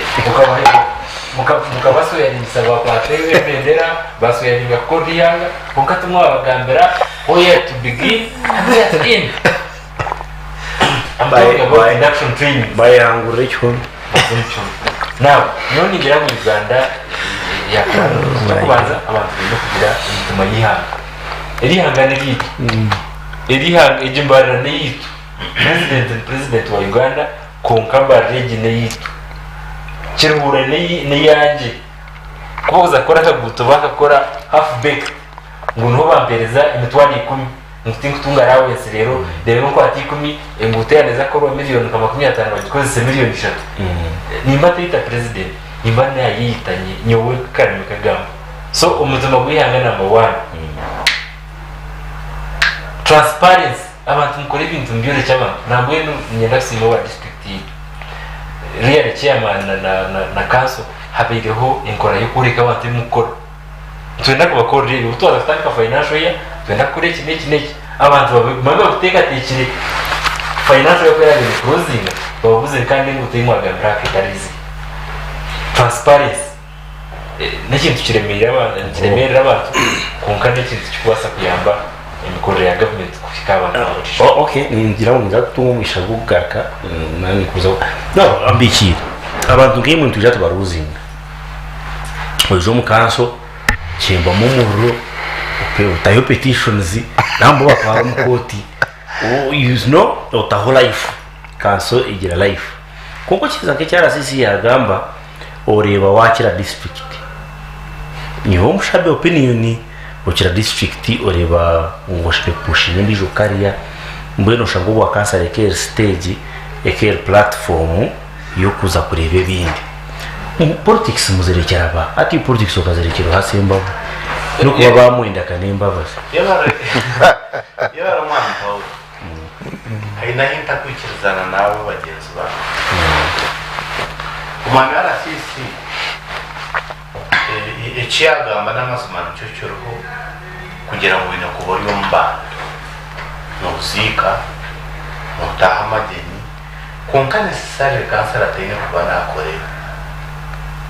nozika kubona ndijo umutaka wakorema mbere bakakutuma baza gukora imirimo yawe bakutumira nawe nyoti kugira ngo umuntu ushomere tapi aha nubakunda konka kambwambere umwambaho ikinkwe no district cancer kugira ngo eteho bateho level ya qualification no kuyamba ababa kukikira omwamusezi yagira ati tubakutinda action ibi tubandikira mu mateka ko katumugasho Local Government Act is very clear. Nehereza duties ninga rules for cancer wa district chain ekora kabo cyashemereje gukora honorable kanso yasemba bore yo kurga twagitsimsaraine tukagira munangwa na code of conduct bakigambe bugabo mu rurungu barabeho bagari cyo mukanzo nusigaza kansaraza batanga kasha umbedi induction abo hatunibera kugambira bugambira gozi tubakaba noreba no ba kwinducting bakakwata ebikwato byona bakakutwara bakakushoyinga okaza cyangwazo kaza mezo mukaga waba washomero mugiki okubasa kugamba ikigambo cyo rera tegeri yo problem naho hata mwana Paulo nikirize tokubasa na meshongemo yinkwende kushonga yakabiri noreba parliament namazimana yini byayo konkatiri senegeza sente kuzu kufa bamanyiza aje ekitakuba mu Local Government mweka kubuze pamwa Paulo nka district yisingire ine sente zempunji zo worth billions ziri mu budget baza yo beyibaye kibi ningo mwana yara sisi yawaza kwizira mu kurungi ogwe uriyo mpapuro ine pepa waka yakoraki yakimanyire bushwa kuro ruigi yakugambira sente zabiri zine gukora hazikazi yezi ninga niwaza kucyerorora uwinge nana kimanya ziri so general nico kurebera president hati ibintu byora mushobeye nakoze sato kukiko kwa state house kangaroo court wavarapi bayikanga tati nomanya iso irikanga zase baburi bibirirwa kana baba umwa president ubukiko bwa corruption naho kakwikanga kashoko kangana miliyoni ikagenda nazo nakora akagenda kare kantu corruption kahinduka pro corruption so ebintu bantu ndebambuze hari iki cyanaga omwami Paulo haine cyo mwami Ndagarasi yagamba nawe kitekereza nawe akwikuwana nawe kwa nanye ndangwa yagamba budget ya speaker wa parliament yajya mu billion bishatu ya exaggerating munonga aho kwa parliament office ya speaker yone ne ranking o a 9 to 10 billion harimo ba commissioners n'ibindi so ato nawe utina ukumuganda akuba atitene member wa parliament ya Uganda so nabo hatege akorera umwana amahuriro gagabihire akibugana uko kimutuye kuko mwandagara office ya speaker ya atete kwa sababu hato ganuwo okorera kangana mu gice hatakawe FDC na ukande FDC na so tadigara kamu regeta so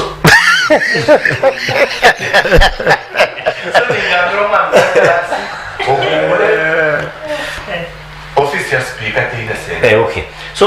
umwami binjira Uganda ituru kwenda kurebana byona twabugamba where twayitombe itahandi twasima bati iwe direction kuko yo to no muhando kunyuza umukibera umuhando uri kutuzi umbiye confusion nuko omukuru likwa niyo akagera mbihanga yandinda kucira ndicira rukutandikira abebembezi kana ryari yo fundufa rukutandikira abebembezi Uganda ekigisero muri byona no kugira abebembezi abatine political will yo kurwanisa for example ko bushu abo kuba nka arasise na mkunda ya jengo inomero yari yo na koromo kandi tuje kugisimo ko stories agireba konkani nyenda kumuhereza ngeje kureba bemutakagirebere kitu akagirebere abo kuba uriwe isingiro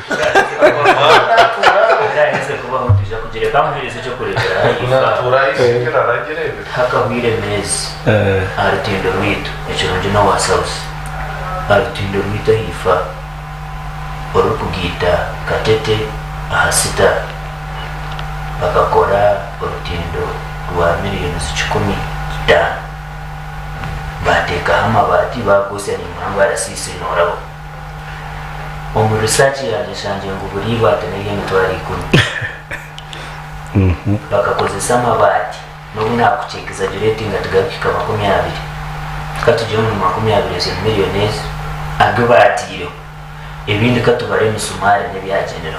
zikazira miliyoni 10 itanu ni mpamvu cyarasisi ogenda kicondoze kunkachita ekikusasa n'abanyarwanda cyane kugira ngo abashirije abantu batwiba kandi bagarika batushekera rero ntabwo najya ngo nyine kunze kuyiroboro kandi zikabura kushekera umuntu kuba amazira neza yarashata atiriha amabati irizoba hagira gacwece hatiganita n'izindi nijaba riyomba ndebe abo bajya bakagokezaho bakagokezaho bariyo batebekana so kuba yazigezindi ganita so aho kugira arasisi mututine political will kurugahigura yani ijabs yesebo kurugahigura abo kubo mwebembezi arasisi yanasima president Museveni of course twine shonga okumusima konka kuno jamon habaho ebyo kureberaho ebyo kugira ngo umuntu agerezeho kwata hasente yo mu womusho hine emyaka 2-3 kibamukori abandi bakabintu batana batina kutika mwenga konka buri yarahiruke nesente zo mu womusho okahura tujyangwa ubwo kandi ngo abakunjiri kubarebeza jimwezi bamukoma ngo delegation yona yashuma mu state house ubwo kandi no witu ngo tamkwata makara na karuwe ubwo bamureka wabwazo ministry so nanundi izo naisha kuruga yakureki ayibe abo kubana bamanya tine cyo kuza kubakorwa so wareba amahanga gatungukire za Singapore za Malaysia binde emphasize ingire ho bagira kuture tuza gukora abantu echo bushuma no you go to China inakanda kana bini ndebe birebyo social media ni manyangu kakare bakagira ngo muri China umuntu yakwata omusente zo mu womusho wenyine batakamushyikireho wenyine nayihanaka batakamushyikireho nayayihanike muri India yagamba ngo yakwata sente zo mu mushoro nayijagira tumwe n'abantu musasire ninye mukore ki muri kwenda umurubungereza no bakupointinga ho bakubehera bine umutumo go nayabizayininje kuko muri Africa bagira ngo nanga no mushuma mumanye ngo hato gukisanje kiri kurata hono wararya karu bagira ngo nanga ibire sente zo mu mushoro ubwo mumanye ngo warabe nateza abantu rayini okureba ngo bamuhereza karura abo kubesente nabazinumbugera ki tumwita burebereza we bari akikoma cyakigitse no bakomba herezete entebezo misho rero reba bishop baruvurana bagira ngo mukama yonje aherezo mu cishaho yihese political will eyo kurwana so ushuma yabita kabiri ha twaruganira narasisa rya tujagaruka imyaka ibirisha nyenja kare nitugamba hazindi ezibibire kuko afitagambe zayibirwe okukirwana sibo kurembuza motoka omukofa za government ntija kuba tugamba hazindi ezibirwe so ntekateka ngabebembezi biri taka sacrifice injirena naba bakazara bitu bo basasire bari umunsi yabo abo bari umunsi yabo ko umuntu afune mutwari 10 kugira ngo kwitaga kumugamba takubasa kurwanira billions ubwo icyo tukireke cyo nagana ngo abo kurugahiguru bakacikoragana basindike sente kunuya nyene project y'indi kumanya ekakorwa umuciceka cito bamanya ngo umuntu aruho yaba takargira haka principle yaba takargira unaisha kubaremesa o ministry bike project ya World Bank bamangu sente basinde ko kuzikashanga principle wa a certain institution aturuho nija kufunikiza bwo kugesenteza babanza bamuya bawe nakusibata bo wabo basindike sente so kimanyisa ngo basindikira nakuriya bagarika bazikora ta ground abakwamba mamutina raza kora diri okumanya kushimire kuba nizikora enguzi yagambo mnongo mbintu ebi uko kontarsa kuri abantu samsete za government ene solution kwikwana solution finally what one sibra aho charu solution niyo ngira solution yemuzo mwampawo no kutaho stringent measures okutaho buryo nk'umuntu ikikamya abena leta betuka kugira ngo umuntu yibe kintu bamukwate bakitunge kandi bamukora yabare kuja sky speaker final okaterize shonga zawe kanso yakirhura ni horere kanso yakirhura ejide of course nje kigire ku ya kabiri kandi icya kabiri n'amazima ngo kansera bakushita amatungo y'imutwarisha tenga na za record konka of course sentezo zirgaha previous budget corrections n'pamutungire mu 20%. So at least kanso yaje above 300 kushita barasha tumeze kwiyongera nazo tukazo sibura bane cyamwe nyakasima at least knowledge z'icyo n'ikitwine ikibagamba corruption ikibina corruption tadini corruption ni biri umutima w'umuntu umutima gwawe twumanya bakwibana bapateye tari umuntu wapate mu ngeta kwiba nyoni bani hari parliament habo hakagira ko kuriya mushaka bona aba MPs barabona habo hebyo kuza kutera n'abantu ubonga bareno bayita nabo 15 billion nawe kuza kandi hugiyo ndasima unaona entity ine kaseti modernization ndasima tugiziremo another force iyo ni leta matsikumba na mnonga twatiri mu kwereza abantu tugizire aba engineering brigade namwe niyo kunogera ngo nubwanje bakagizire amayemenje baba traininga okukora ukoremera mu y'abantu social services abo kubana bonde ibintu bijana baza project bakagikora n'umutima gumu aba bitu nakwata contract agwejegera ucyumbuza agira ati nyonki yombwire bwanje shobwire bwo kwenda koriya time wayo sente zigaruka treasury mbwenu nyenda kusima umurimo afande mutsimire engineering brigade iri ne kuri umurimo gw'amani okushaba kwanje no kugira kutwa kugira bingi koze bari by the orders zabo n'ubu utagiye kumusupervise n'umusirikare nakora umurimo agwiriye umungano so ngenda kuko ngenderanye congratulatinga ndakwenderanye congratulatinga bakibura of course district council district chairman technical team bantu muhinde ibingi byo kututerana konko umuntu waburijo nagenda umurimo gw'abatumire n'imbuto n'amashanyarazi nagenda takwenda kumanya difference ziri hagati ya chairman na RDC takwenda kumanya kawo ikizwe cyine na nowe gombora turwari tukubana konko umuntu waburijo atafewe cyakwenda. Okay, yore nunga speaker sisi nkabutosha tusibure no tugambira ikimutwinire ku rugo wanyu nimwe mwine buricyo yabare mnonga ikitu no kutaka tukara Paul na ba panelist bagenzi banje abari kutureba mwena nyenda kubasima abo kumara ububwire bubona na mutureba kandi twahajana riya rubwire burenga Paul n'abantu mwena bari kutureba ni nyenda kugamba ikintu cyukwatarira nenguzi okuriye nguzi ni decision yawe nk'umuntu no wasa kuba uzairwe n'ondijo kuko turi yatuzirwa kumwe hariye mu mabo mushuma kandi ondijo abe pastor so mbwenu okwiba ni decision y'omuntu of course nka government kwihara kumerwenda kinana na mukaga weba in charge y'ihangeri ya government ya NRM tukozere ibintu bingi na hati ntukibikora dagira sota kabirebire niyo sha kora buryo mpumbwe nurebe ugaricyo manya bwenki government abanya Uganda nibagiyesega kumara imyaka 3 na mushanju aturiyo ntuzumura 20 cyari kwita urubengo mbwe n'urubengo omanya bwenki tubasize kwekora urubengo orukutinise urwabere utakazeiro kandi osheme kusima government ya NRM ahabu kuba steering gumere nevugage netwara y'abanya Uganda ayiturigire ntuhamanya nk'abanya Uganda akitwahika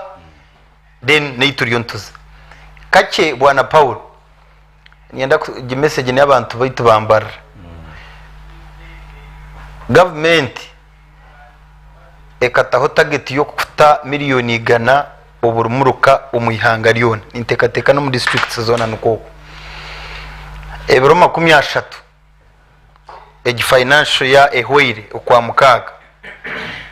as far as Mbarara city is concerned ninga ahabwambara city burumuruka gutungira miliyoni igana abo of course bazikoze se okay mbweni konka koko bara sente zibatayiro mu financial ya egi mbweni miliyoni igana target ya government shano muruka gumugwa rwenjeru no mu stenos icyo ninyangu office ya town karake rione following kumanya what exactly happened konko merke yatsigara yon sente miliyoni igana zero mbona umurango gumfuterera abantu mwe nabara kutureba nabahurikize program ya radio 5 no mu district sezindi imukorga mwene tugarike tuburengiri yo kurengwa abantu bakora obo initakarike konka wabasa kukoraho okuwa kubasa kugira entasi twere president Museveni okay president Museveni arina arwani senguzi konka nito turi kugipromoting nkabantu bahanze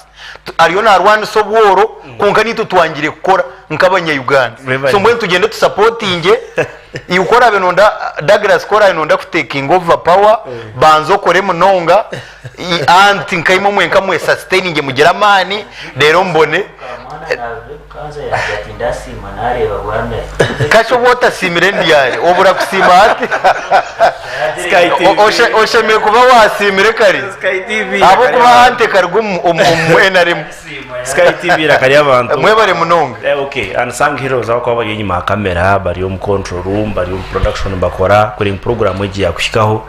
no burama kagira mukatokura baka ya muri ya 20 the rest of the job ene korosha bari nyuma kamera mwe bari munonga kuri ya radio 5 DJ Kanyama bari munonga kuba program eji no gisya apurita radio 5 live and clear kandi tuyina umupira Sky TV na rw'umuyaga ebiro 16 bikwezi kwa mushaho Sky TV na rw'umuyaga so Sky TV neza kuza rw'umuyaga hari yakisha ya playground akapira tukaboreke tuboreke Sky TV neza kureta umupira wanyu so abanyurumuyaga mutandike plan ngire kibi hatsigane bizakorata advert n'ibindi byo bizakorata but for now just manyengu Sky TV yo mu rigendo rwo kwijoko biri kwera mukakuzani mu mpira njyangu kuya breaking to breaking news njyangu ntujya kweta abanyarwanda bita ba RCC batushendekereza pijanto nsara mu mpira abikira naza kwakira kuriya mwene bijyari njyangu tingwete ngendijo kadi ukwa cyawireka pira na motinyo robi ndetse oya wakashatu rundi tsarwatu turiyampa ndujya koresha ngizo kuganiraho tfara bashya abantu pungubeje batere to cyo mu leading opposition turebe kibari mbakora kubara abase confirm ro kwijaha abo tene kibakwenda kubagambira abo kuba billion 15 zonka zibare ziretse rendu turebe wakashatu rundi good night